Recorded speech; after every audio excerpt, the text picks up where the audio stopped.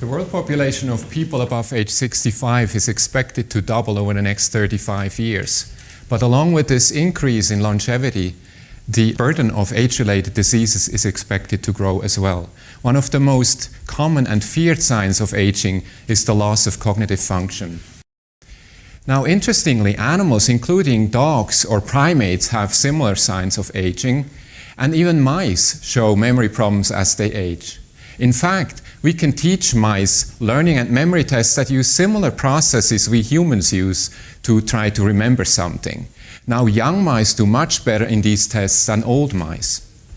So wouldn't it be great if we could halt aging and thus prevent cognitive decline and other age-related diseases?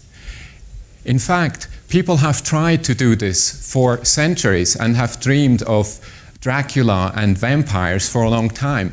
A number of companies, biotech companies, are trying to do this now and target specifically aging to address cognitive decline and other conditions. The legendary fountain of youth, shown in this painting from Lucas Cranach, suggests that, or proposes that just drinking the water from this fountain will give you eternal life or youth. But what we show now, a number of groups at Stanford and elsewhere, is that blood may actually hold a potential fountain of youth. So to show you what I mean, we use a test in mice where they have to remember where the only hole is where they can escape from this bright light and open surface. Now, an old mouse does not do well in this test. You see in this example, this mouse is trying to use the spatial information to find the single hole in this table, but it cannot remember, it did not make a spatial map in its brain.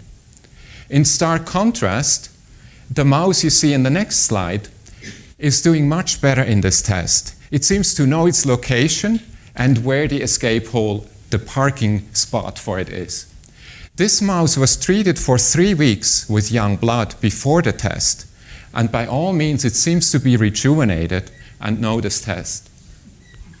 So we know that the rejuvenated brain of these mice not only functions better in a number of learning and memory tests, it also makes more neurons, it has less inflammation, and the neurons connect better with each other and function better.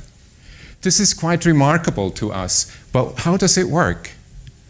Blood is the organ or the medium that connects all the organs. Blood, of course, contains cells that carry oxygen or fight diseases, but it also transports messengers that carry information between these different organs, including the brain.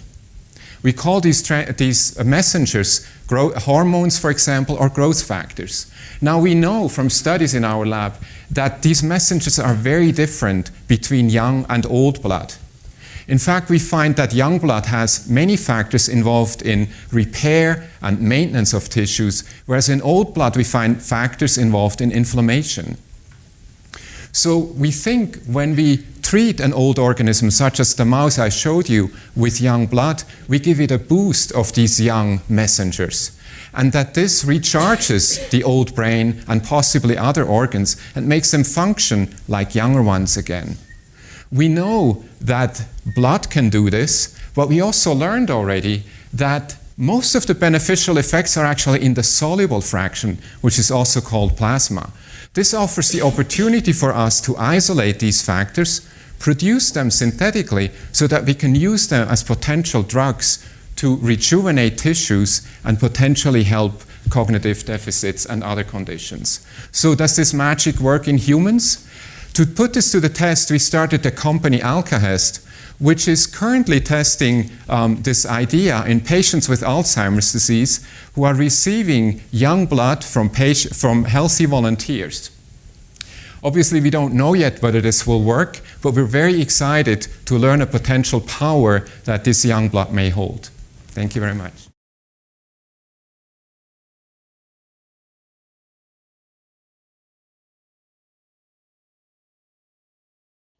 They sometimes find it, but it's very difficult for them. The next mouse I show you is the same age, but instead of giving it salt solution, we gave it young plasma, and specifically plasma from the umbilical cord of young babies. So when the umbilical cord from cesarean sections gets discarded, and what we did is we just collected the plasma. This is the youngest plasma you could potentially get. And we injected this into these mice repeatedly. Every 3 days, we gave it a very small injection of young plasma, a total of 8 injections. And look at how that mouse performs. It doesn't just walk.